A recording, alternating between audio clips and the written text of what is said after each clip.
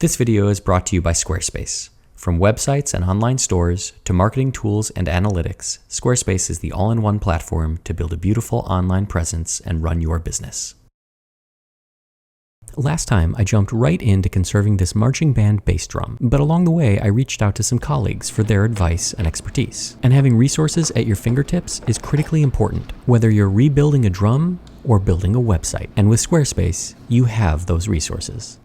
With thousands of beautifully designed templates that work everywhere and anywhere, Squarespace will have you looking good. And with their new fluid design technology, you can drag and drop elements around your website to change things up or customize it as you see fit without the need of any code. But that doesn't mean it's just a pretty website. Under the hood is massive technology. From search engine optimization, e-commerce solutions, mailing lists, online scheduling, social media integration, shipping solutions, and more.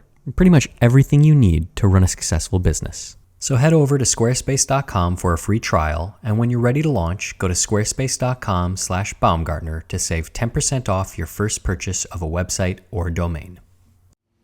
After allowing the skin to sit for a couple of days, changing out the blotter papers multiple times, it is now completely flat and dry, which means I can move on to the structural repairs because, frankly, it's still torn. Flat is good, but torn isn't.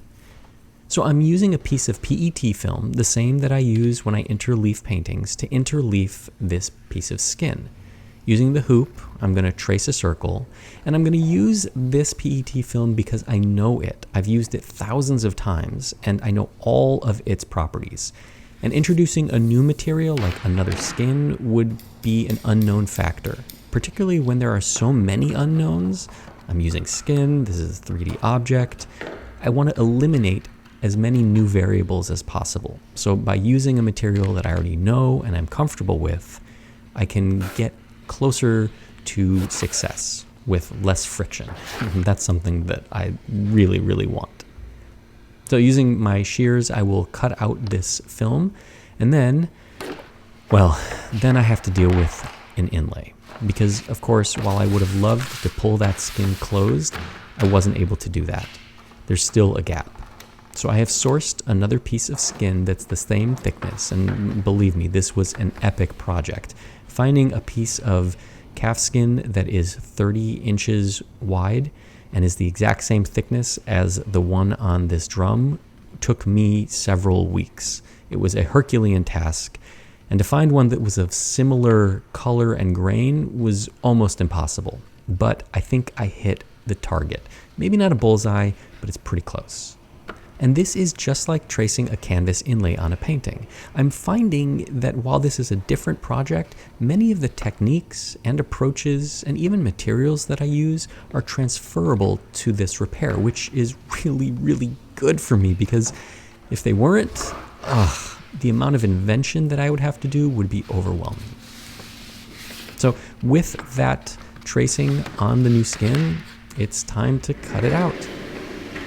Again, using some sharp shears, I'll just cut out this inlay. And this is the easiest way to do this because this is a flexible material and a natural material. I don't want to use a plotter or a laser cutter. Scissors are fine. And then I can check to see if all of that work was good. Now, it is going to fit. There might be some slight little gaps, but that's okay. The next step is to secure it in place. And here I'm using some acrylic-based tape. Now, this tape is not permanent. It's going to come off and it doesn't leave any residues. But this is critically important because everything is kind of wonky. It's all wavy and it moves. And if it's not secured in place, well, it won't be secured in place. And then when I go to put this all together and make the repair, it would all get wonky and I'd probably have to start over again. So lots of little pieces of tape perpendicularly across this seam will hold it in place. And then I can check on the front. When I'm satisfied that it looks good on the front, I can tape the front. Because of course, the tape on the back is going to have to come off, and we still need to hold this inlay in place. And so taping it on the front is what's called for. It's kind of ridiculous to tape the back, only to tape the front, and then remove the tape from the back. But such is life, this is the process. I'll trim it if I need, but ultimately this fits pretty well. And once it's taped on the front, you guessed it, I can remove the tape from the back. Then I'll check to make sure that this PET film fits. Even though it was traced around the hoop, I just want to double check.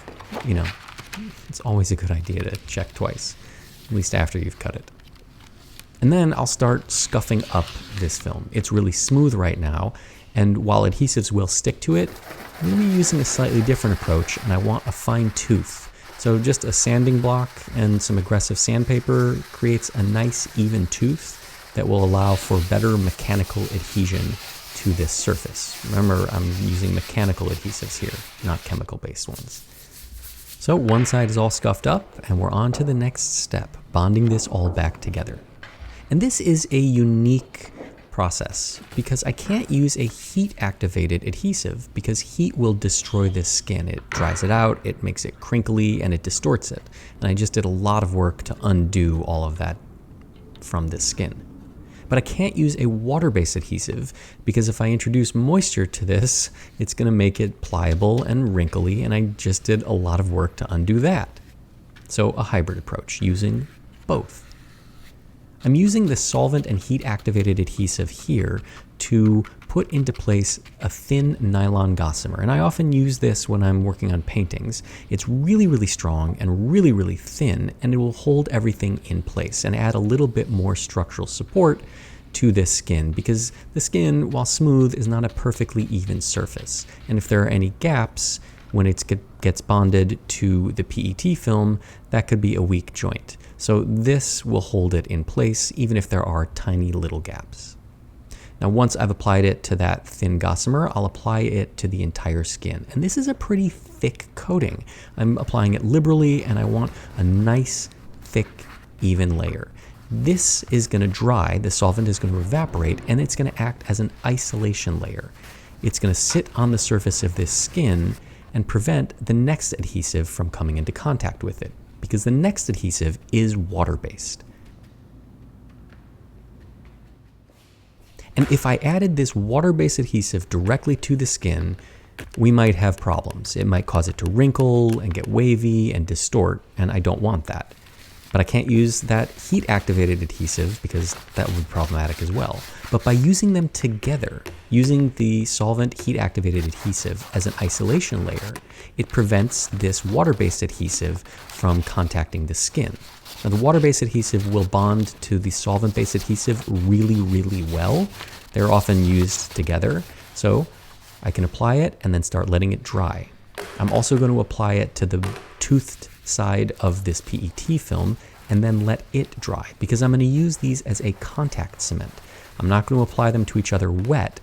I'm going to let them tack up. And once they've dried for about 15 or so minutes and they're just tacky to the surface, they won't stick to anything else, but they'll stick to each other really, really well.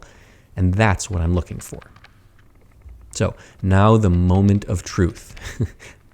Laying this circle onto this circle and making sure that the registration is perfect, because if it's not, well, it's going to be a long day for Julian. Luckily, I am able to do this and not mess it up. I have a little bit of experience here, so, I knew I was going to be able to do it. Doesn't mean it's not nerve-wracking. Then, applying some hand pressure just to get it in place and make sure it doesn't move, I'll transfer it over to the table. I'll put the drum back on to make sure that it is in its shape, because if it gets bonded out of its perfect shape, I might not be able to get it back onto the drum. Then a piece of felt to protect the PET film, those two pieces of wood that are cut in a circle, some more blocks of wood to distribute pressure, and then some heavier cinder blocks. These are about 75, 80 pounds each. The smaller ones are about 30, 40 pounds, and a lot of weight on here. I want this to stay where it is. And then I wait. And a couple of hours later, I come back to check on it. It's always a good idea to check midway through a glue up just to make sure everything's going how you want. And then I remember that I have a gigantic, very fancy vacuum table. So I figure, why use passive weights when I can use active weights? So I'll set it up just like I did before, suck out the air, use the brayer, and then press it.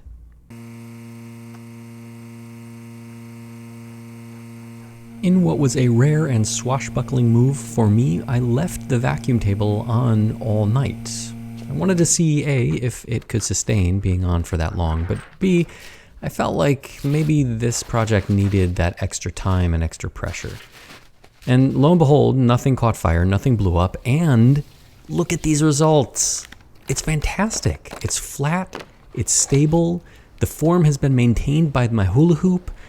I'm really, really excited about how this project has turned out thus far. So I'm going to go ahead and peel off and remove all of these little pieces of tape. And it's tedious, but so it goes. One thing that's really nice is that when the tape comes off, the inlay stays put. It doesn't lift out of the assembly, which, that's the thing. And then once all of the tape is removed, I'll use a little bit of water on some cotton balls to remove any of that paper that's stuck to the skin when I did the initial flattening. Just a little bit of moisture and then a little bit of friction, and it all comes off. And the skin looks really, really great. And now I'm going to do something for a later on project. I'm going to trace all of the lettering that's on the skin. I'm using some little shot bags to hold this vellum in place, and then I'll just trace all these letters. This project up until now has been incredibly challenging and incredibly fun and exciting. Doing the same work for 28 or so years, it becomes very routine, which is great for the product and for efficiency and for running a business, but it can sometimes lose its magic. These types of projects that are challenging and make you think about them when you're going to bed and force you to try new techniques, materials, approaches, this is what makes coming into work really exciting. And so after tracing for a little bit, I have a complete replica of all of the lettering, which I will use later. But for now, I want to put this skin back onto the drum. And it takes a little bit of work, a little bit of pressure. It's supposed to be tight, as I understand. And eventually I do get it into place, and it's looking pretty good. So now it's time to start dealing with all of the damage that's on the face of the skin. Also, that really bright inlay that I've created. I'm going to be retouching all of the losses with my retouching paints because they're reversible, and I want to make sure that anything I add can be taken off in the future. So, just like I retouch a painting, a very small brush, lots of little dabs of color, and we can watch as the damage to this lettering, just disappears. I'm not going to repaint the entire letter. It's okay if there is some wear and some evidence of wear. Remember, this is an artifact, so some of this damage is acceptable.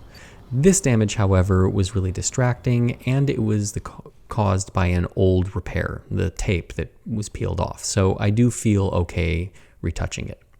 This inlay, however, is just shocking. So we're going to go ahead and make this disappear as best as we can, almost completely.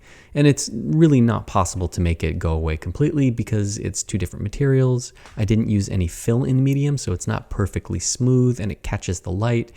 You can still see the retouching here because the light is creating a glare on it, but trust me, when you see it later on, it will look pretty good.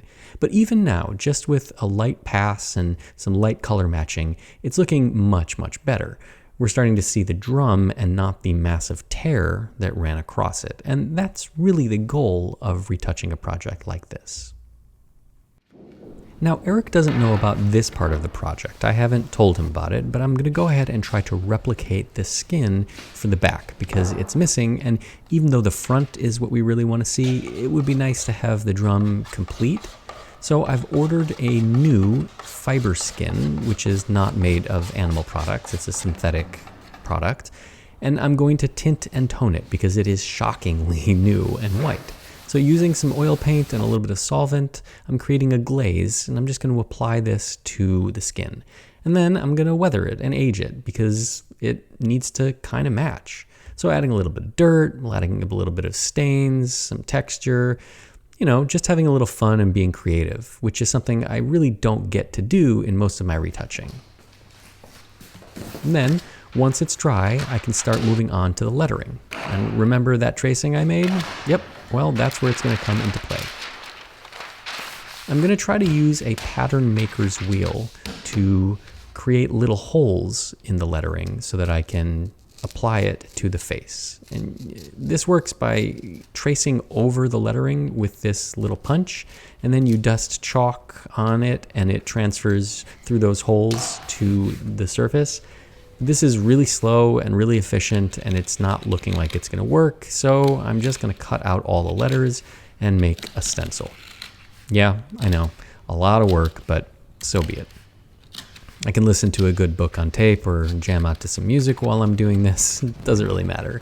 But eventually I will get all of these letters cut out, and I will have a pretty nice stencil that I can use to transfer all of this writing to the new fiber skin that I tinted and toned.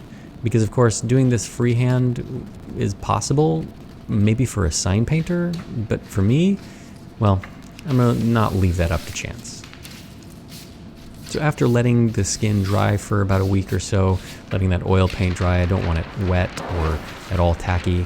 I'll slide it underneath this tracing. I'll orient this tracing on this new skin, try to make sure that it's centered, it looks good, and then I can start transferring the shapes. And I'm using some pastels in kind of a red color, and I'm just gonna go around the perimeter with the pastel and then use my finger to soften it and blend it. And what this will do is it will give me a nice shape to work with without being too jarring. And it's also a little bit easier than using a pencil. So there you see it. Looks good. Now I have a gajillion more letters to do. Slow, tedious, but such is the case. I thought about spraying something, but that just seemed unnecessarily complicated and messy. So when it's all transferred, there you go. We have all the lettering. And now it's time to paint it. I've mixed up some red color, and I've taken a brush, and now it's, well, sign painting 101. I'm not a sign painter, so I'm not going to be as efficient or as fluid as a sign painter would be, but I have spent a little time applying paint to objects, so I feel fairly comfortable in my skills here. And I'm just going to take my time and begin painting on these letters. And as I do, it's pretty cool to see this start to look like the other side. I don't know, that just feels kind of neat to me. I spend so much time fixing things and very little time creating things that when I actually get to create them, it's a nice departure and it feels really fun and exciting. So from red to black, I will continue painting on these letters and just trying my best to replicate what was there, looking over at the original occasionally, and coming to the final little comma, a nice little shape to make, and there we go, all of it's done. Now I am going to be coating this drum with a varnish layer to protect it. This will be handled by a lot of people, and I don't want it to get further deteriorated. Again, this can be removed in the future, but it's going to make sure that at least the patina as it exists now will stay preserved for the future, and if anything happens, it's protected. And with all of the work complete, it is now time to assemble all of the pieces to see if what we get is a beautiful drum. I have my fingers crossed that everything goes smoothly. I think it will, but you never know. I'll pull out my box of parts and I will assemble all of them. We have all of the brackets and all of the tensioning clamps that Eric cleaned off. And then I'll simply go ahead and start putting them back into place.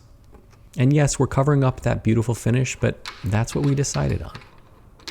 I ended up sourcing some replacement hardware for the new hardware that was there, the stuff that didn't match, because I wanted it all to look the part. Even if nobody's ever going to see that because it's on the inside of the drum, it's important to me. So with all the brackets in place, I will fit the skin. I'm glad that it still fits. And then I can put the hoop on. This is the thing that holds it in place and allows the drummer to tension it and tune it. And then I'll begin adding all of these tuning clamps. And I'm gonna add one and then one on the opposite side and then one on the opposite side and kind of use a star pattern like you would tension a bicycle wheel.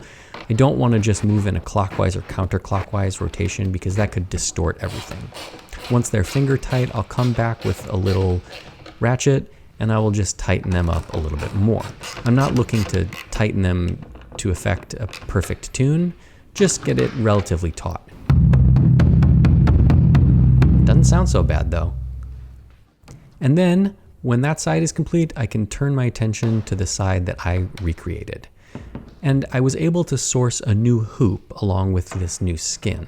These things are really hard to find, particularly in this size, but luckily I was able to procure one. And yes, it's not an identical replica of the original, but that's okay. We're just trying to make this drum look more complete, and during the course of its life, maybe this hoop was changed, so I'm okay with the subtle differences. And with all of these clamps going on, my work is complete, and the drum is ready to go back home. All right, Eric. Well, it's been a long time since you dropped this off. I thought it was going to be a short time. I was a little optimistic, a little bright-eyed and bushy-tailed, but we are finally now finished. It's been a long and interesting road, and here is the drum. You ready? Okay. Yeah, I'm pumped. Oh, no. You mean no is a good thing? No, Okay, good thing. That's fantastic. You made my heart sink there for me. Oh, no. No, oh my gosh, yeah, that's cool. Yeah, this was, I understand acutely why everybody else said no to this project. Mm-hmm. And I remember why when you first contacted me, I also said no to this project. This was really difficult. This was unlike anything I've ever worked on. I reached out to some colleagues who deal with paper, who deal with vellum, who deal with wood objects, and I even reached out to somebody in the Native American community who deals with drum repairs. Right. And every single one of them, to a T, said, no thank you, goodbye, have a nice day.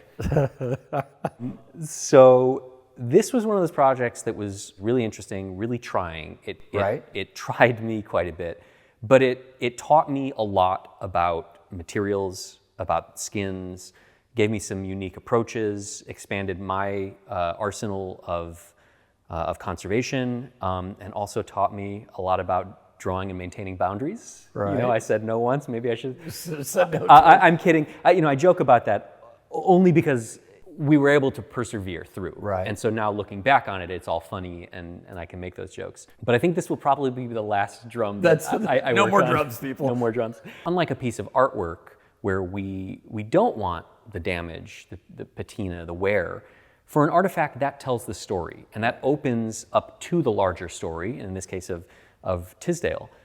So we wanted to keep all of that, and those were some pretty unique challenges. But in the end, I'm very happy, very satisfied with what we've delivered and what we've been able to save and preserve about this piece, and also make sure that going forward, it can now exist as an object. It's not on the precipice of falling apart. So it can go on display, it can travel, it's stable, it's sound, and you can even use it as a drum if you want. Yeah. Oh, no way. Yeah. So that was pretty neat. No, I won't do that. Yeah. But only me, because if I break it, then I have to fix it. So in addition to taking care of this side and preserving what was, we had talked about how you had wanted to complete the other side, and that would be a later project, and sometime down the line. Well, sorry, I stole your thunder, and I just decided to do it myself. So if you want to give me a hand, we'll flip it over. Oh, looky there. So I sourced a new skin. We kind of faux patinaed it. We painted it. I sourced a new hoop and vintage claws that match the originals. Yeah. So it's not a perfect one-for-one recreation, but it's different enough that we can identify which is the original, which is the recreation. Yeah. But it's close enough that if you squint, it allows you to see the drum as a completed object. That's fantastic. So I hope you weren't, didn't have your heart set on this as a winter project. No, I mean, I was thinking, I was like, oh man, he's gonna have that hoop for me, so I can get on. Yeah. Figuring, but I figured that was gonna be blank, and I was like, it'll go against a wall, and you won't see the new head. But that's really, really cool. Yeah. So that was fun. So you were telling me that your time with Roy Tisdale's story has not ended. In fact, it's gotten deeper. Yes. The story keeps getting bigger and keeps blossoming. So tell me more about what has happened since you dropped this off. So since I dropped it off, I've been in contact with the Springdale Cemetery Preservation. And that's where Tisdale is buried? Tisdale is buried, yeah, in Springdale Cemetery in Peoria, Illinois. Mm-hmm. And one of the most revered places is Soldiers Hill. And there are everywhere from Civil War to modern day soldiers that are buried there. And the Legion Post number 2 actually takes care of the Soldiers Hill. And across the way from, just like across the road up on a hill is where Roy Tisdale's buried. Really? Overlooking Soldiers Hill. When we found it, the condition of it had sunk. Probably 50%. So it kind of been neglected, left? Yeah, just left alone. He had no family.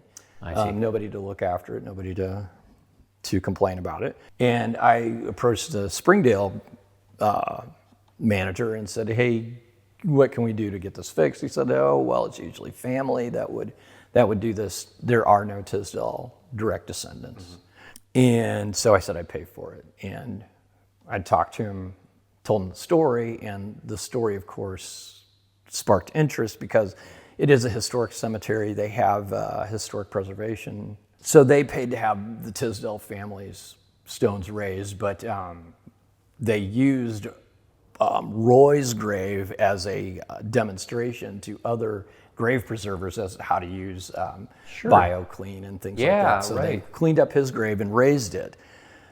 But in the course of that keep pulling on the sweater string. That's right. We've, in that historical society, we know that there are at least 40 other veterans that are buried in Springdale Cemetery whose graves have no marker. Really, nothing? Nothing. Completely just... Yeah, they're in a spot, they're under the ground, but nobody knows where they're at. So what we've done is we've started the Roy B. Tisdale Springdale Memorial Fund. Oh, okay. And so it's a piece of the Springdale Historic Preservation Society that is specifically earmarked so that way we can go to the Veterans Administration, get bronze tablets and granite slabs in order to mark these otherwise forgotten veterans. And that's what's so interesting about artifacts and the way that they open the door to history. You can tell a story, but if you have things to show and you can bring people in through objects, then the history becomes real. It becomes something they can literally touch and see, as opposed to just a story that's told. And in this case, it's a perfect example of how you're taking an object and using it to catalyze the understanding of history, the telling of history, and then action, not just knowledge, but doing something with that history. And in this case, it's doing justice by these forgotten soldiers. Yeah. Yeah, Eric, the more time that I spent with this drum and the more that I did research on Tisdale, obviously a fraction of what you did, the more fascinating he became and his story. It just struck me that he was such a special and unique person, and yet at the same time, not. He was just a normal person. Right. And that duality between normal everyday people becoming extraordinary people is really special. What it brings me to is he was a patriot. And I think a lot of people today would say, oh, I'm a patriot. Why are you a patriot? I'm a patriot because I love my country. This country's given me everything. And that's great. And for me, that's the truth.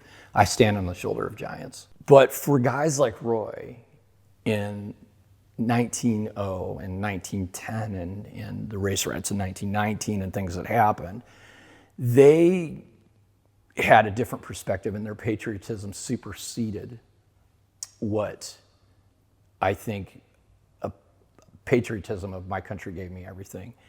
This country, it held them down and held them back as black people in that time. So contextually, they went to World War I, and he served valiantly, and he was injured, and it was a pure patriotism, a pure constitutional patriotism. The preamble says, "We the people, in order to form a more perfect union, to establish justice, to ensure domestic tranquility, provide for common defense, promote general welfare, the blessings of liberty to themselves and their posterity. So that's why they went. They went in search of those blessings of the Constitution and the rights of the United States, and that's why they gave so hard over there.